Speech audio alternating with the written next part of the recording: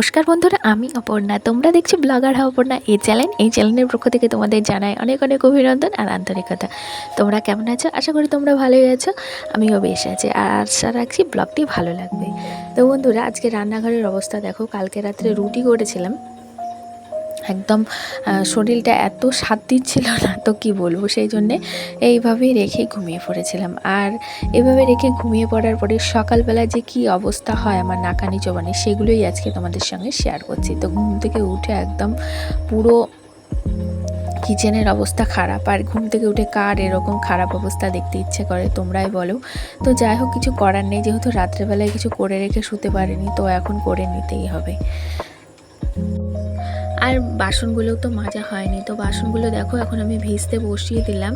কারণ বাসনগুলো যদি না ভিজায় তাহলে কি বলে তো মাজতে অসুবিধা হবে, এতটা শুকিয়ে গেছে। তো সেই জন্য বাসনগুলো ভিজতে দিয়ে এখন আমি চলে এসেছি বিছানাটা তুলে নিতে।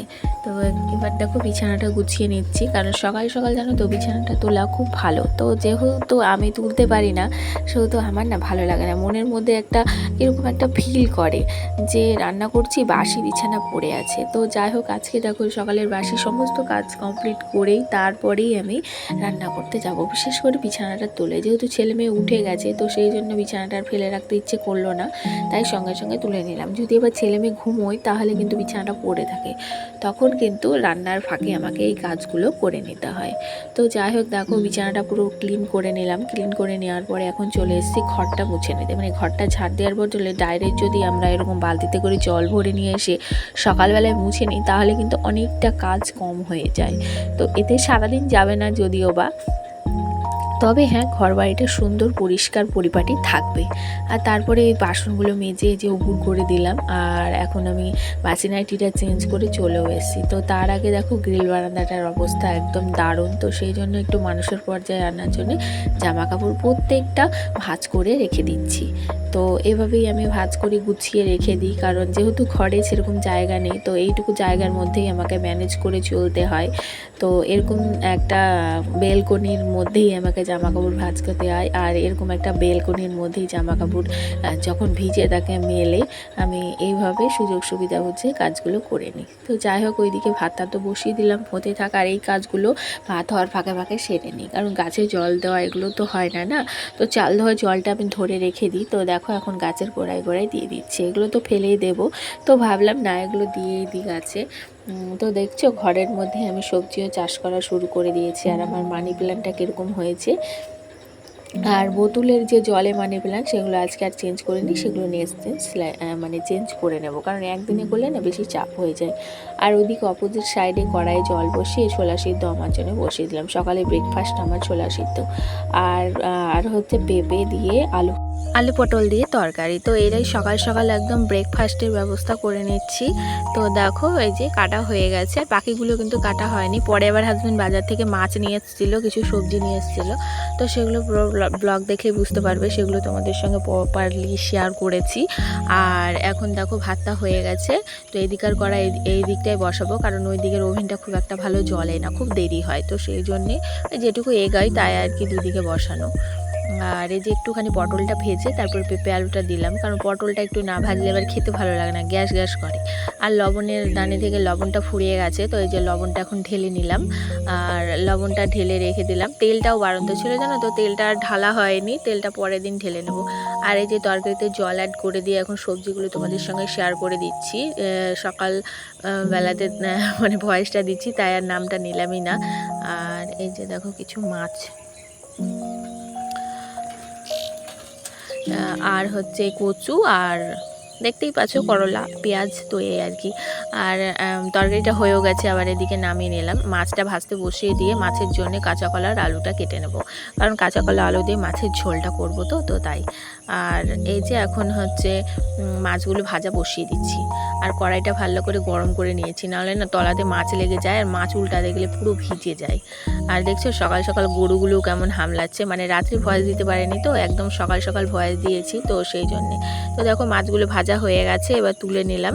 আর তারপরে এখন একটু ফোড়ন দিয়ে দিলাম, সাদা জিরে, শুকনো লঙ্কা, তেজপাতা দিয়ে কলা আলুটা দিয়ে ছেড়ে দিলাম, একটু হালকা ফ্রাই করে নিয়েছে। তারপরে একটু আদা বাটা আর হচ্ছে জিরে গুঁড়ো, ধনে গুঁড়ো এগুলো দিয়েছি, দিয়ে এই যে জল দিয়ে দিলাম একটুখানি কষিয়ে, আর তারপরে এই যে মাছের ঝোল।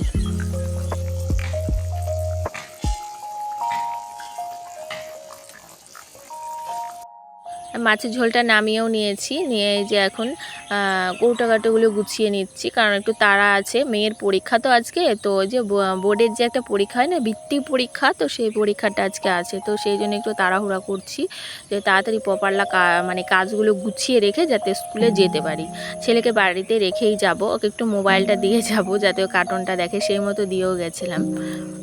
তো এই আর কি। আর তারপরে দেখো একদম বাসনগুলো মেজে ঘষে পরিষ্কার করে রেখে মেয়েকে স্কুল থেকে দিয়ে এসে স্নান করেছি। আর তার আগে মাথায় একটুখানি ওই হেয়ার প্যাক লাগিয়েছিলাম, সেগুলো আর শেয়ার করতে পারিনি।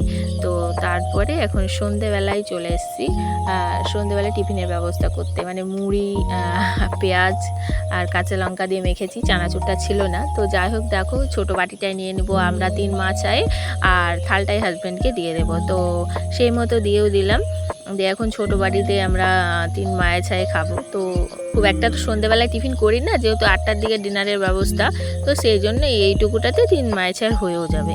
তো দেখো আমরা খেয়ে নিচ্ছি। আর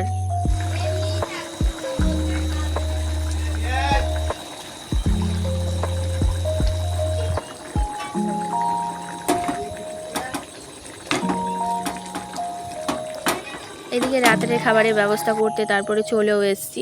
একটু কাঁচা আলু বলে না, আলু বাটি চচ্চড়ি, ঠিক সেরকম একটা বাটি চচ্চড়ি বসিয়ে দিলাম। আর এদিকে রুটিগুলো বেলে নিচ্ছি, 4-5টা বেলে নেব, তারপরে আস্তে আস্তে সেঁকবো, আর 2-1টা যদি থাকে সেগুলো পরে বেলেও নেওয়া যাবে। তো দেখো 4-5টা সেই মতো বেলেও নিলাম, যাতে ঝটপট আর কি হয়ে যায়। নিজের কাজটা নিজে যদি এইভাবে প্রপারলি একটু গুছিয়ে করে নিই না, তো ঝটপট কাজটা হয়ে যায়। তো যাই হোক দেখো, এখন হচ্ছে রুটি ভাজতে যে কষ্ট হয় কি বলবো বন্ধুরা, ঘেমে পুরো স্নান হয়ে যায়, আর ওই জন্য আমার রুটি করতেও একদম ইচ্ছে করে না। তো যাই হোক, পেটের জ্বালা বড় জ্বালা, তো সেই জন্য করতে তো হবেই। তো দেখো এখন রুটিটা সেঁকে নিচ্ছি।